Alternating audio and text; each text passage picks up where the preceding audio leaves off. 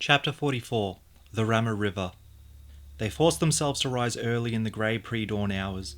Eragon shivered in the cool air. How are we going to transport the elf? She can't ride on Saphira's back much longer without getting sores from her scales. Saphira can't carry her in her claws. It tires her and makes her landing dangerous. A sledge won't work. It would get battered to pieces while we ride, and I don't want the horses slowed by the weight of another person. Murtagh considered the matter as he saddled Tornak. If you were to ride Saphira, we could lash the elf onto Snowfire, but we'd have the same problem with sores. I have a solution, said Saphira unexpectedly. Why don't you tie the elf to my belly? I'll still be able to move freely, and she will be safer than anywhere else. The only danger will be if soldiers shoot arrows at me, but I can easily fly above those. None of them could come up with a better idea, so they quickly adopted hers. Eragon folded one of his blankets in half, lengthwise, secured it around the elf's petite form, then took her to Saphira. Blankets and spare clothes were sacrificed to form ropes long enough to encircle Saphira's girth. With those ropes, the elf was tied back first against Saphira's belly, her head between Saphira's front legs. Eragon looked critically at their handiwork.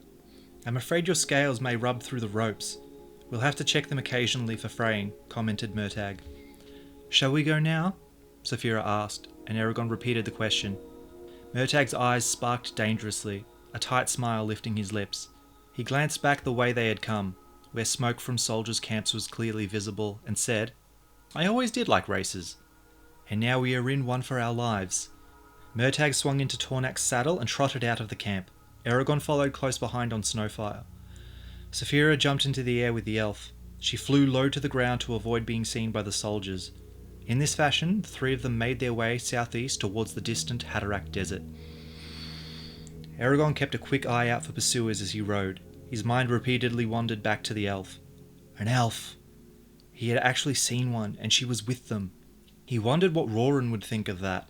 It struck him that if he ever returned to Carver Hall, he would have a hard time convincing anyone that his adventures had actually occurred. For the rest of the day, Eragon and Murtagh sped through the land, ignoring discomfort and fatigue.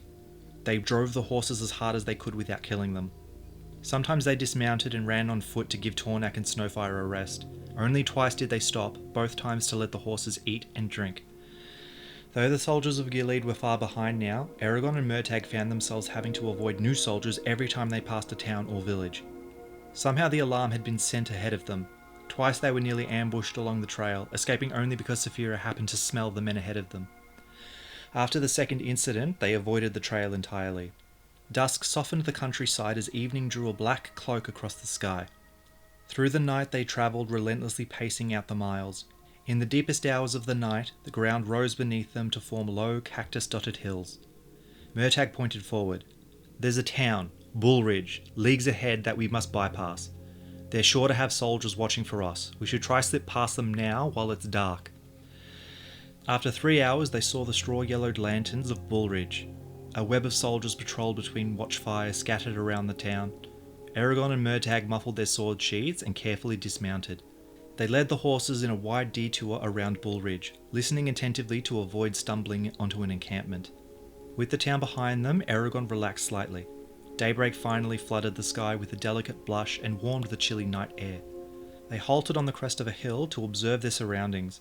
The Ramr River was to their left, but it was also 5 miles to their right. The river continued south for several leagues, then doubled back on itself in a narrow loop before curving west. They had covered over 16 leagues in one day. Eragon leaned against Snowfire's neck, happy with the distance they had gone. Let's find a gully or hollow where we can sleep undisturbed. They stopped at a small stand of juniper trees and laid their blankets beneath them. Saphira waited patiently as they untied the elf from her belly. I'll take the first watch and wake you at mid-morning, said Murtagh, setting his bare sword across his knees. Eragon mumbled his assent and pulled the blankets over his shoulders. Nightfall found them worn and drowsy but determined to continue.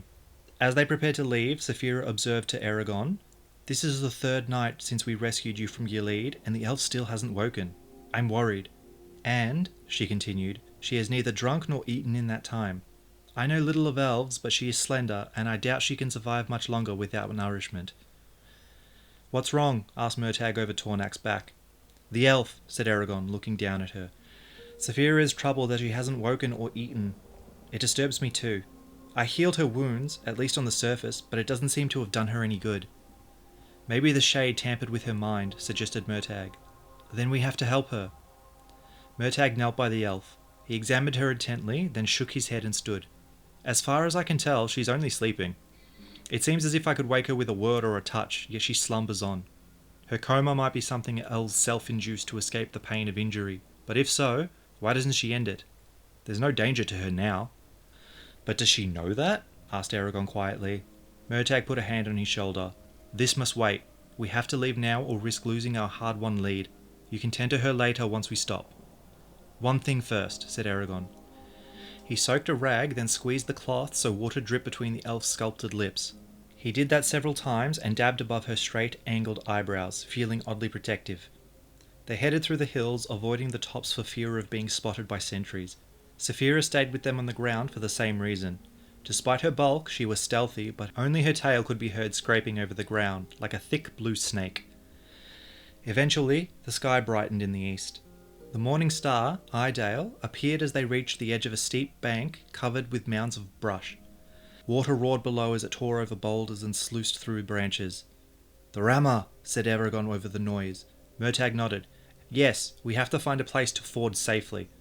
That isn't necessary, said Saphira. I can carry you across, no matter how wide the river is. Eragon looked up at her blue-grey form. What about the horses? We can't leave them behind. They're too heavy for you to lift. As long as you're not on them and they don't struggle too much, I'm sure that I can carry them. If I can dodge arrows with 3 people on my back, I can certainly fly a horse in a straight line over a river. I believe you, but let's not attempt it unless we have to. It's too dangerous. She clambered down the embankment. We can't afford to squander time here. Eragon followed her, leading Snowfire. The bank came to an abrupt end at the Ramr, where the river ran dark and swift. White mist wafted up from the water, like blood steaming in winter. It was impossible to see the far side. Murtagh tossed a branch into the torrent and watched it race away, bobbing on the rough water. How deep do you think it is? Asked Eragon. I can't tell, said Murtagh, worry colouring his voice. Can you see how far across it is with magic? I don't think so, not without lighting up this place like a beacon. With a gust of air, Saphira took off and soared over the Ramr. After a short time, she said, I'm on the other bank. The river is over a half-mile wide. You couldn't have chosen a worse place to cross. The Ramr bends at this point and is at its widest. A half-mile? Exclaimed Eragon. He told Murtagh about Saphira's offer to fly them. I'd rather not try it, for the horse's sake. Tornak isn't as accustomed to Saphira as Snowfire. He might panic and injure them both. Ask Saphira to look for shallows where we can swim over safely. If there aren't any within a mile in either direction, then I suppose she can ferry us. At Eragon's request, Saphira agreed to search for a ford. While she explored, they hunkered next to the horses and ate dry bread. It was not long before Saphira returned, her velvet wings whispering in the early dawn sky. The water is both deep and strong, upstream as well as downstream. Once he was told, Murtagh said, I'd better go over first, so I can watch the horses. He scrambled onto Saphira's saddle. Be careful with Tornak. I've had him for many years. I don't want anything to happen to him. Then Saphira took off. When she returned, the unconscious elf had been untied from her belly. Eragon led Tornak to Saphira, ignoring the horse's low whinnies. Saphira reared back on her haunches to grasp the horse around the belly with her forelegs. Eragon eyed her formidable claws and said, Wait! He repositioned Tornak's saddle blanket, strapping it to the horse's belly so it protected his soft underside, then gestured for Saphira to proceed. Tornak snorted in fright and tried to bolt when Saphira's forelegs clamped around his sides, but she held him tightly. The horse rolled his eyes wildly, the whites rimming his dilated pupils. Eragon tried to gentle Tornak with his mind, but the horse's panic resisted his touch. Before Tornak could try to escape again, Saphira jumped skyward, her hind legs thrusting with such force that her claws gouged the rocks underneath. Her wings strained furiously, struggling to lift the enormous load. For a moment, it seemed she would fall back to the ground. Then, with a lunge, she shot into the air. Tornak screamed in terror, kicking and tossing. It was a terrible sound, like screeching metal. Eragon swore, wondering if anyone was close enough to hear. You'd better hurry, Saphira. He listened for soldiers as he waited, scanning the inky landscape for the telltale flash of torches. It soon met his eye in a line of horsemen sliding down a bluff, almost a league away. As Saphira landed, Eragon brought Snowfire to her. Murtagh's silly animal is in hysterics. He had to tie Tornak down to prevent him from running away. She gripped Snowfire and carried him off, ignoring the horse's trumpeted protestations. Eragon watched her go, feeling lonely in the night. The horsemen were only a mile away. Finally Saphira came for him, and they were soon on firm ground once more, with the Ramr to their backs. Once the horses were calmed and the saddles readjusted, they resumed their flight towards the Boar Mountains. The air filled with the calls of birds, waking to a new day. Eragon dozed even when walking. He was barely aware that Murtagh was just as drowsy. There were times when neither of them guided the horses, and it was only Saphira's vigilance that kept them on course. Eventually, the ground became soft and gave way under their feet, forcing them to halt. The sun was high overhead. The Ramr River was no more than a fuzzy line behind them. They had reached the Hatterack Desert.